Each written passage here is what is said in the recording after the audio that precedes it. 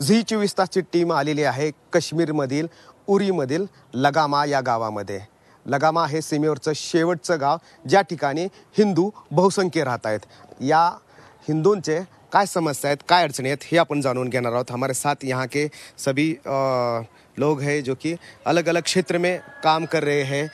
उनसे हम जानेंगे कि जब सीमा पर ये रहते हैं और क्या यहाँ पे दिक्कतें आती है। उरी जो नाम है ये हमने सुना है और अभी फिल्म की वजह से पूरे देश को पता चली है। मुझे बात बताइए कि यहाँ का जियोग्राफिकल क्या कैसे है, पाकिस्तान आपसे कितना दूर है यहाँ से? सर ये उड़ी जो गांव है ये माइनॉरिटी गांव लगामा है। उड़ी का एक गांव ये लगामा है। पाकिस्तान हमसे बिल्कुल आपके कैमरा मैन अगर देखेगा तो यहाँ लगभग 10 किलोमीटर जो है वो पाकिस्तान का बॉर्डर है। अच्छा, ये सामने जो है ये पाकिस्तान का बॉर्डर है। जहाँ आपको स्नो दिखाई दे रही है ये पाकिस्तान, जी हाँ ये सर पाकिस्तान का बॉर्डर है। तो यहाँ से हमें दिखते हैं सर बहुत हैं। सबसे पहली दिक्कत तो ये है सर हमारी एजुकेशन की। सबसे पहली प्रॉब्लम हमारे बच्चों की एजुकेशन की है। क्योंकि यहाँ कोई साधन है नहीं, एजुकेशन कोई साधन है नहीं। हमारे बच्चे जो हैं ये बारामूला श्रीनगर जा नहीं सकते ड्यू टू स्ट्राइक्स। यहाँ महीने में 15 दिन तो स्ट्राइक्स रहती हैं। ऊपर से माइनॉरिटी वाला बच्चा बारामूला श्रीनगर में जाके पढ़ नहीं सकता। एक तो ये दिक्कत है। बाकी आपस में जो हमारी रिलेशन है हिंदू मुस्लिम अच्छा भाईचारा है, बहुत अच्छा भाईचारा है। यहाँ हमें किसी चीज़ की कोई दिक्कत नहीं, कोई परवाह नहीं। हम शांति से रह रहे हैं यहाँ। एक तो हमें गोले का डर है, जब यहाँ जंग जैसे हालात हो जाते हैं तो अगर पाकिस्तान गोला मारता है तो बराबर हमारे गाँव में आके गिरता है। उसके लिए भी शेल्टर्स वगैरह गवर्नमेंट ने कोई दे के रखे नहीं है। तो लोग ओपन में ही एक दूसरे का सहारा लेके कभी किसी वाल का ले लिया, शटर ले लिया, कभी मकान की दीवार पकड़ ली तो बैठ गए। तो यहाँ अभी 2-4 दिन पहले यहाँ कम्बलकोट एरिया में शेलिंग हुई तो वहाँ पूरा गांव रिहेबिलिटेट करके उड़ी हायर सेकेंडरी में जो लोग हैं, जो हमारी एडमिनिस्ट्रेशन है वो उनको चाय नाश्ता रोटी कपड़ा उनको दे रही है यहाँ। तो पूरे गांव के गांव यहाँ माइग्रेट हो जाते हैं जब यहाँ शेलिंग होती है। हिंदू पॉपुलेशन है यहाँ लगभग 3000 हिंदू पॉपुलेशन है, हिंदू और सरदार। सर जो लोग यहाँ से माइग्रेट करके कश्मीरी पंडित जो लोग माइग्रेट करके यहाँ जम्मू निकल गए अपनी धरती छोड़ के, उनको गवर्नमेंट हर एक फैसिलिटी दे रही है। 10+2 उनके बच्चे टीचर लग रहे हैं, हमें उनसे कोई दिक्कत नहीं है। उनको रिलीफ मिल रहा है, अपने घर बार छोड़ के गए। लेकिन सर जो बच्चे यहाँ पढ़ रहे हैं, जो लोग यहाँ हैं हिंदू लोग, उनके लिए भी नॉन माइग्रेंट कोटा होना चाहिए। क्योंकि वो तो माइग्रेट किए ही नहीं। जो प्रॉब्लम उनको जम्मू फेस आती है अपना घर छोड़ के, वो तो हमें अपने घर में आ रही है।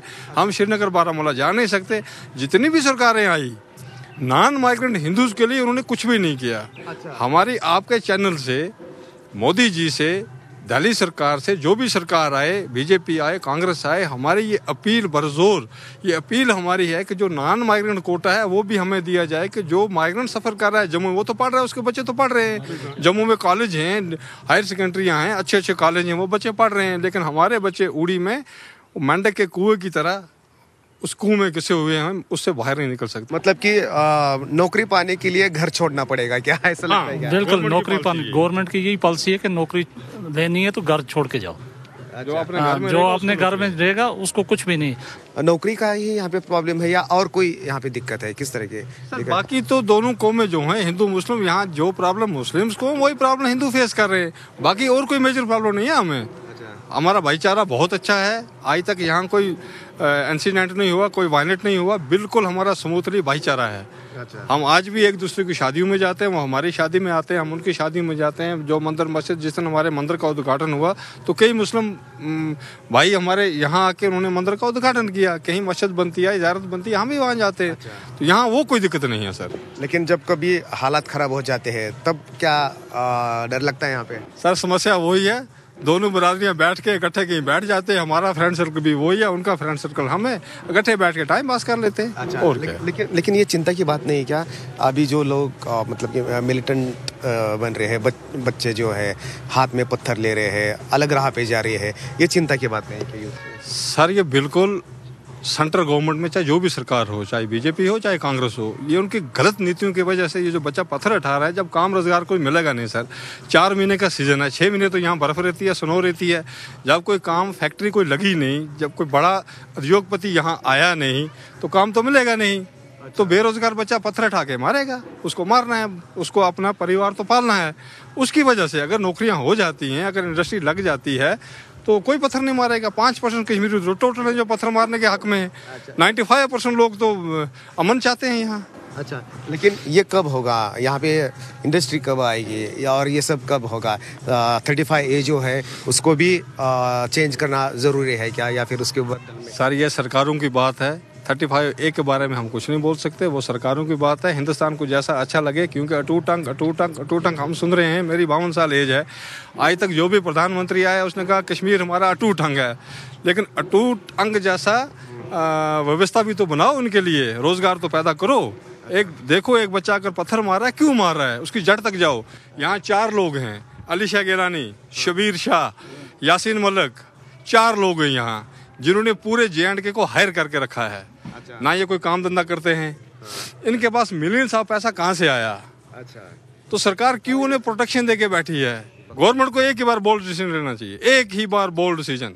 अच्छा, कैसा होगा वो डिसीजन? वो डिसीजन ये है सर कि इनका पैसा बंद कर दो। कहाँ से आ रहा है फंडिंग? जब काम रोजगार नहीं कर रहे, मेरा अकाउंट में मिलियंस पैसे हैं, वो कहाँ से आए? NIA जांच क्यों नहीं कर रही? सरकार जांच क्यों नहीं करवा रही? अच्छा। अगर मिलियंस ऑफ पैसा है, एक आदमी का कोई कारोबार नहीं है, कोई बिजनेस नहीं है, तो कहाँ से आए पैसे? अच्छा, अभी जो सरकार ने जो डिसीजन लिया है कि जमात इस्लाम पे भी बैन लगाने का, क्या लगता है कि उससे भी असर पड़ेगा और ये जो बाकी अनलॉफुल एक्टिविटी है वो कम हो जाएगी? सर अगर फुली बैन होगा, कागजों पत्रों में बैन नहीं, अगर बैन लगाए तो पूरा बैन लगाए। अच्छा। अगर बैन लगाए तो बैन की सूरत से होना चाहिए, ये कागजों पत्रों वाला बैन नहीं होना चाहिए कि हम कश्मीरी हैं, हम कश्मीर में रहते हैं, यहाँ से इनको अरेस्ट करते हैं, पुलिस की गाड़ी में एक साइड से लाया, दूसरी साइड से छोड़ दिया, सिर्फ इतना दिखाते हैं कि इनको अरेस्ट कर लिया। अच्छा। यहाँ से लाया, यहाँ से छोड़ दिया। जब PDP बरसरे इक़्तिदार नहीं थी तो वो हर मिलिटेंट के घर पे जाती थी जब वो मरता था। अच्छा। इक़्तिदार के लिए जब उसने BJP के साथ अलायंस किया तो महबूबा मुफ्ती का ऑन रिकॉर्ड एक बयान है, उसने कहा ये क्या आर्मी कैंप में टॉफी लेने गया था बच्चा, ये क्या दूध लेने गया था? जब अच्छा। कोई बच्चा वहाँ पकड़ा गया तो महबूबा का ऑन रिकॉर्ड बयान है, इक़्तिदार के लिए ये लोग कुछ भी कर सकते हैं। अच्छा। ये पॉलिटिक्स इनकी सिर्फ कुर्सी की पॉलिटिक्स है। जब चेयर गई, कुर्सी गई, तो आई महबूबा जी फिर उनके घर पे जाती है। भड़काने का काम होता है। जब सेपरेटिस्ट अलगाववादी किसी न किसी चीज़ें सामने लाकर, धर्म हो या फिर अलग अलग नाम पर, यूथ में तो वो तो होता ही है सर, क्योंकि जैसे हम देखते हैं कि हमारे जो कॉलेज वगैरह वो है बारामूला श्रीनगर, हमें जब जाना पड़ता है वहाँ तो ऑलरेडी स्ट्राइक ही होती है। जब भी जाओ हफ्ते में 3-4 डेज तो वो स्ट्राइक में चला जाता है, तो जाहिर सी बात है वो तो हमें फिर प्रॉब्लम फेस करनी पड़ती है बहुत सारी। हमें यही प्रॉब्लम होती है जब शेलिंग होती है, तो क्योंकि ड्यूटी मेरी बॉर्डर पे है, तो जब भी होती है तो हम स्कूल बंद करके या तो उनके घर में छुप जाते हैं। इंतज़ाम तो है नहीं गवर्नमेंट का छुपने का, किसी दीवार के पीछे या कहीं बैठ जाते हैं। तो जब शेलिंग नहीं होती तो तब अमन होता है, ठीक होता है, अच्छा मौसम भी अच्छा है यहाँ का। अच्छा। अब तो लेकिन बॉर्डर पे जब स्कूल में आप एजुकेशन में होते हो, पढ़ाते हो, तो बच्चों को स्कूल तक लाने में क्या दिक्कत होती है? क्या दिक्कत तो ज़्यादातर पेरेंट्स की होती है, क्योंकि ये बैकवर्ड इलाका है थोड़ा। अच्छा। बॉर्डर इलाका है, क्योंकि जो बच्चे होते हैं उनको माँ बाप अपने घर के काम पर लगाते हैं, हमें बड़ी मेहनत करनी पड़ती है उनको। अच्छा। स्कूल में लाने के लिए, क्योंकि उनका घर भी होता है, गरीबी होती है। अच्छा। गरीब बहुत हैं ये यहाँ के लोग, इनको कोई इनकम है नहीं। हाँ। तो बॉर्डर पे कोई इनकम होती नहीं है, जो होती है खेती बाड़ी, जो निकलेगा वही खाते हैं। अब सरकार ने चलाया मिड डे मील, चलता है यहाँ हमारे स्कूल में भी, यहाँ पे चलता है, मगर वो तो 8th तक है, तो 8वीं तक बच्चे जो हैं वो तो आते हैं। तो जी जी, लेकिन सरकार की योजनाएं वो यहाँ तक पहुँचती है क्या? जी जी हाँ, बिल्कुल पहुँचती है, यहाँ भी चलता है। गोले पड़ने की वजह से कितने लोग यहाँ पे अभी शिफ्ट हो गए हैं? जी, पूरा गांव ही शिफ्ट हुआ था, लगभग 30-70-40 फैमिली है सब यहाँ। वो सामने हायर सेकेंडरी है, गर्ल्स हायर सेकेंडरी, हाँ जी, जो ग्रीन कलर की है, वहाँ पर शिफ्ट किया गया उनको। हाँ। तो यहीं रहते हैं वो। आजकल गवर्नमेंट उनको यहीं खाना पीने का इंतजाम इनका किया हुआ है जब तक कि शेलिंग हो रही है। अच्छा, मतलब कि ऐसे वक्त में फिर डर का माहौल तो है ही। तो आज आपको पता है आजकल तो नेशनल हाईवे बंद है। अच्छा। तो सब्जियां आ नहीं रही हैं, कुछ तो मिल नहीं रहा है, इसीलिए जो दाल चावल है उसी के हिसाब से हम अच्छा चल रहा है। पीछे ही पाकिस्तान की बॉर्डर है, ये बॉर्डर सामने बॉर्डर है। हाँ। यहाँ से भी आ सकती है, वहाँ बॉर्डर है, वहाँ से भी आ सकता है। अच्छा जी जी, वहाँ पे बॉर्डर, जी जी, वहीं पे भी आ सकता है। जी जी सर। लेकिन मुझे एक बात बताइए कि जो उरी का जो अटैक हुआ था वो कहाँ पे हुआ था, आपके घर से कितना वो दूर है? सर 2 किलोमीटर हमारे घर से, ये सामने, मैं कैमरामैन से कहूँगा, सामने ये उड़ी है, ब्रिगेड हेडक्वार्टर है, यहीं पे अटैक हुआ था सर। अच्छा जी जी 2 किलोमीटर सर हमसे दूर। वो सब जब ग्रीन जो हाउस दिखा रहे हैं, वही बिल्कुल वही सर, वहीं अटैक हुआ था। जिसमें मैं कैमरामैन को बताऊंगी कि वो जगह दिखाए जहाँ पे अटैक हुआ, मतलब कि जो ग्रीन घर दिख रहे हैं वहीं पे अटैक हुआ था। तब क्या लगा था आपको, मतलब कि कैसे आवाजें आई थी या फिर कैसे? सर यहाँ तो बिल्कुल कंप्लीट आवाजें आ रही थी। अच्छा। यहाँ तो शेलिंग हो रही थी, कंप्लीट आवाजें आ रही थी, आग लगी हुई थी यहाँ। अच्छा। यहाँ कुछ कैरोसिन वगैरह था, उसमें भी आग लग गई थी, और जो कैजुअल्टी हुई थी वो तो काफी तादाद में कैजुअल्टी हुई थी सर। ये सामने हमारे 2 किलोमीटर दूर जो है, तो यहाँ पे सर वो इंसिडेंट जो हुआ था, जो सानिया हुआ था, वो यहाँ हुआ था। यहीं पे? जी सर यहाँ ही हुआ था। अच्छा। तो फिर आपको भी डर लगता है कभी, मतलब कि जब कुछ ऐसे मुसीबत आए तो यहाँ से निकलने के लिए भी आपको तैयारी करनी पड़ती है?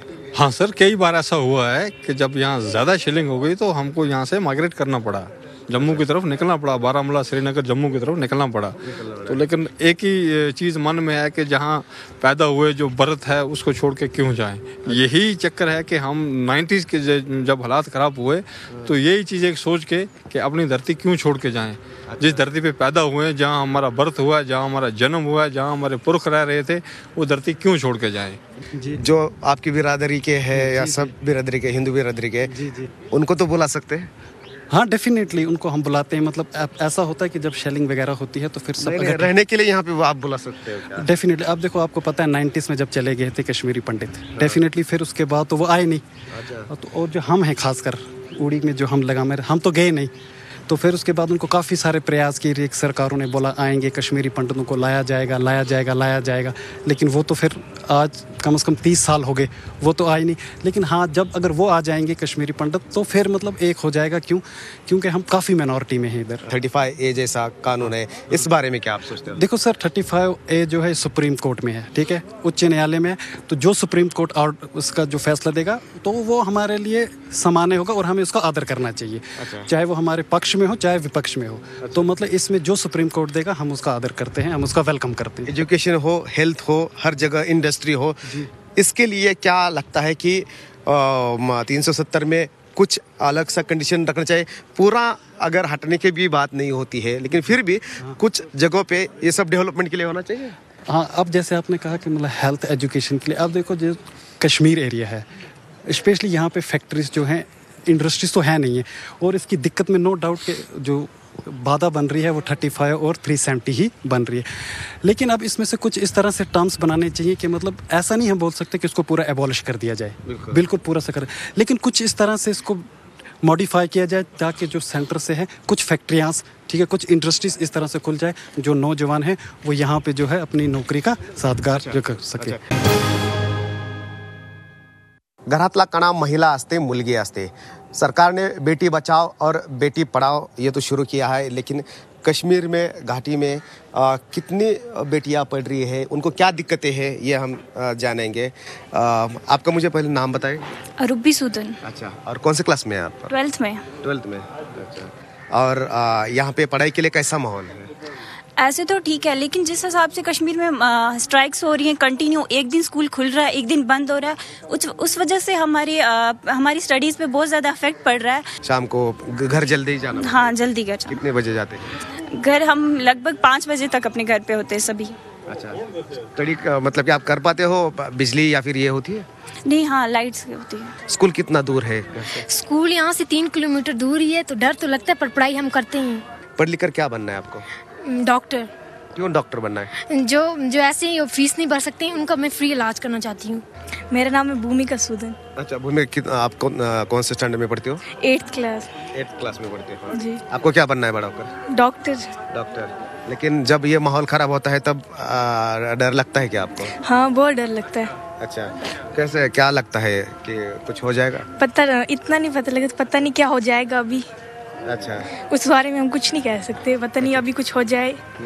यहाँ पे रहना है या यहाँ से निकलना है आपको? वो तो हमें नहीं पता है। अब कभी ज़्यादा हालात ख़राब हो जाए तो कभी फिर जा भी सकते हैं फिर कभी। अच्छा, पढ़ाई के वक्त मतलब कभी कभी दिक्कत आती है ऐसे सिचुएशन होने के बाद, स्कूल बंद होता है? हाँ, स्कूल बंद हो जाता है। एक दिन स्कूल जाते हैं, फिर दूसरे दिन तो नहीं जा सकते, फिर एक दिन फिर जाते, फिर ऐसे बंद हो जाते हैं फिर स्कूल। अच्छा। अपने पास भी डॉक्टर होने चाहिए, दूर नहीं होना चाहिए।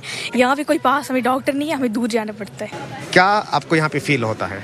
यहाँ पे सब अच्छा है। ज़्यादा स्ट्राइक तो बाहर होती है, बारामूला, श्रीनगर, यहाँ पे सब ठीक है, लेकिन जब वहाँ पे लोग स्ट्राइक करते हैं फिर यहाँ पे भी लोग स्ट्राइक करते हैं। अच्छा, यहाँ पे भी होता है। अच्छा। यहाँ पे तो नज़दीक ही पाकिस्तान के बॉर्डर, मगर यहाँ के जो लोग हैं वो अच्छे हैं, हमारे साथ उनका भाईचारा बहुत अच्छा है। भाईचारा भी अच्छा है। ओके। यहाँ के जो मुस्लिम सोसाइटी है हमारे साथ उनका बहुत अच्छा है। अच्छा। हम मिलजुल के रहते हैं। अच्छा, लेकिन यहाँ पे उरी अटैक भी हुआ था, यहीं पे हुआ था, आपके बगल में ही हुआ था, तब डर लगा था कि क्या?